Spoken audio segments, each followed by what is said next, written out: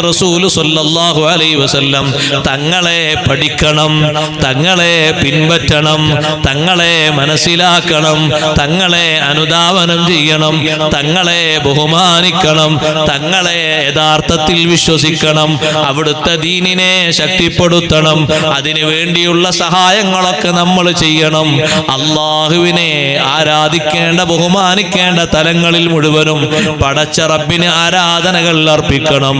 അല്ലാഹു നമുക്കതിന് തൗഫീഖ് നൽകുമാറാകട്ടെ. മഹാന്മാരായ സ്വഹാബിമാരുടെ കൂട്ടത്തിൽ ബഹുമാനപ്പെട്ട സയ്യിദുനാ അബൂബക്കറിന് സിദ്ദീഖ് റളിയല്ലാഹു തആല അൻഹുവിനെ സംബന്ധിച്ചുള്ള ഒരു ചരിത്രം കൂടി ബറക്കത്തിന് വേണ്ടി പറഞ്ഞ് ഞാൻ എൻ്റെ വാക്കുകൾ ഉപസംഹരിക്കുന്നു. അല്ലാഹു നമ്മുടെ ഈ മജ്ലിസ് ഖബൂലാക്കി തരട്ടെ.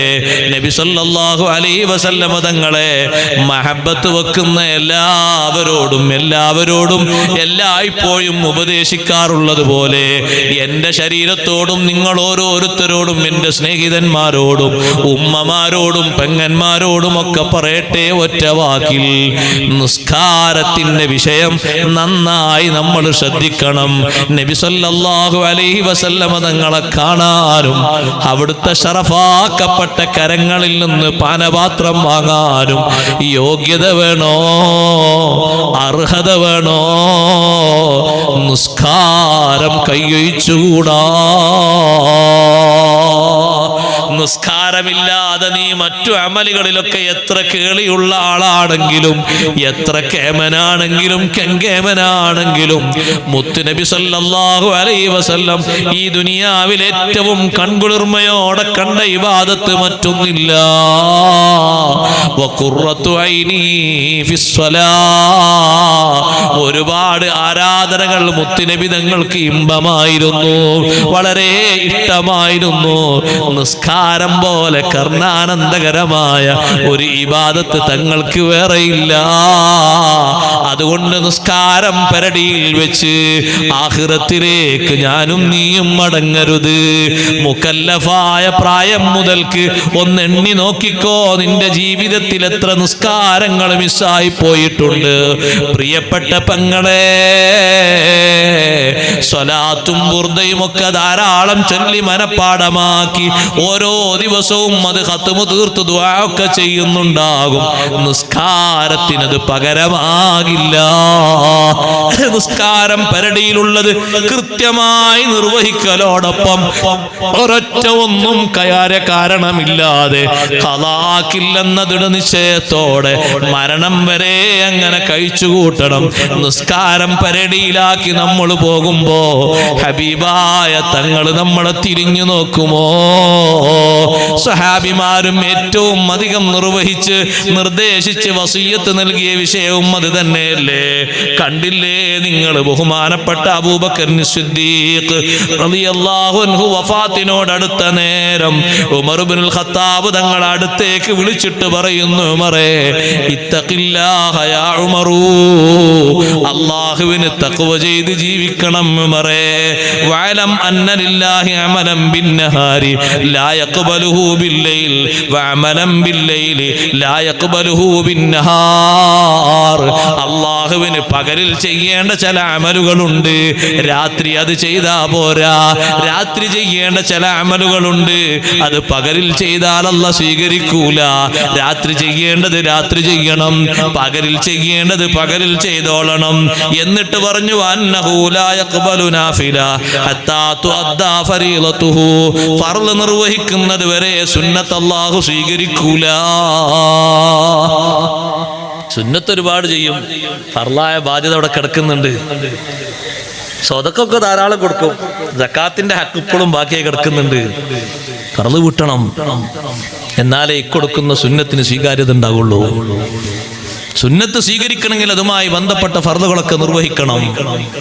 ഫർളൊരു ഭാഗത്ത് കെട്ടിക്കിടന്നുകൊണ്ട് സുന്നത്തിൽ സജീവമായിട്ട് കാര്യമൊന്നുമില്ല.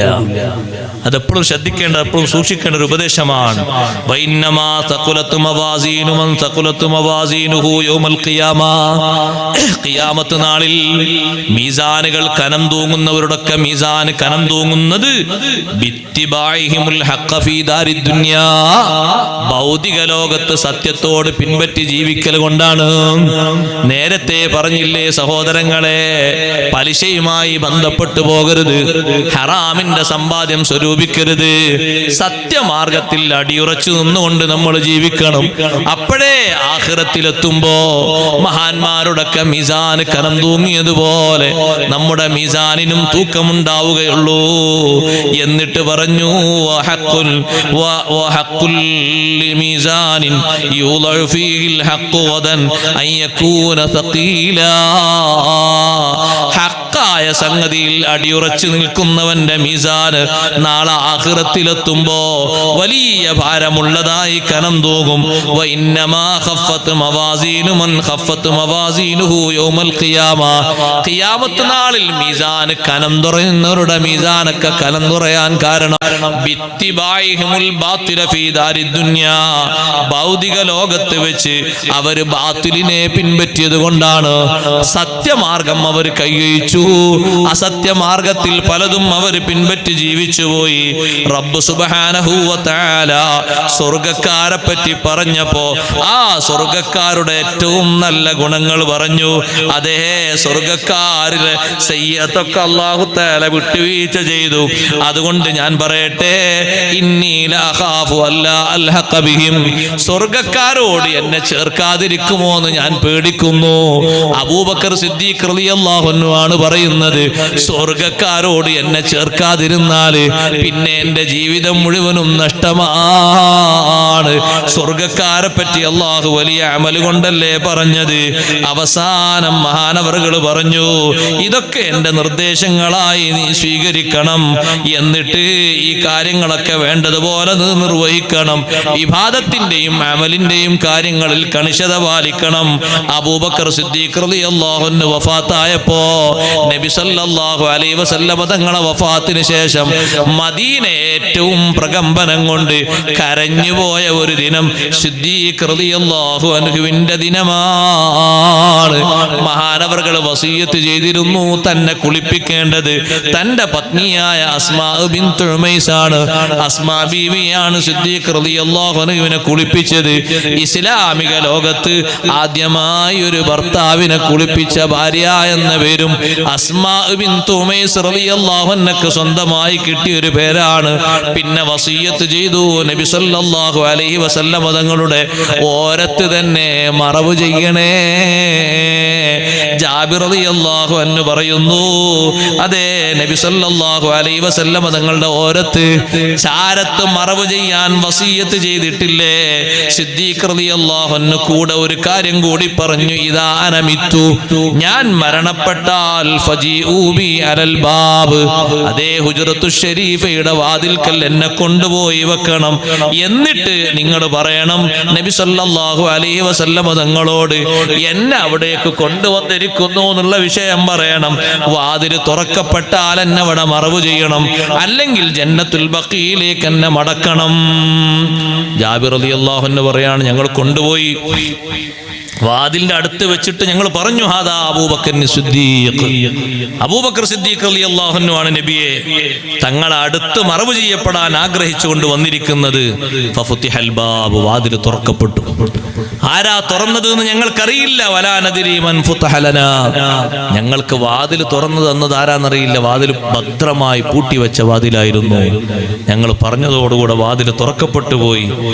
എന്നിട്ട് ഉള്ളിൽ നിന്ന് നിർദ്ദേശവും കേട്ടു, അത് നിങ്ങൾ സിദ്ദീഖ് റളിയല്ലാഹു അൻഹു ഉള്ളിലേക്ക് പ്രവേശിപ്പിക്കൂ. ഇദ്ഫനൂഹു കറാമതൻ, സിദ്ദീഖ് റളിയല്ലാഹു അൻഹു വലിയ ബഹുമാനത്തോടെ മറവ് ചെയ്യുന്നു. മറവ് ചെയ്യൂ എന്ന് പറഞ്ഞു. ലമ്മുൽ ഹബീബ് ഇലൽ ഹബീബ്, എൻ്റെ ഹബീബിനെ എന്നിലേക്ക് ചേർത്തി വെക്കൂ എന്നൊരു നിർദ്ദേശവും കേട്ടു. നബി സല്ലല്ലാഹു അലൈഹി വസല്ലം തങ്ങളെ നന്നായി സ്നേഹിച്ച് ബഹുമാനിച്ചപ്പോൾ സിദ്ദീഖ് തങ്ങൾക്ക് കിട്ടിയ പദവിയാണത്. അല്ലാഹു നമുക്ക് തൗഫീഖ് നൽകുമാറാകട്ടെ.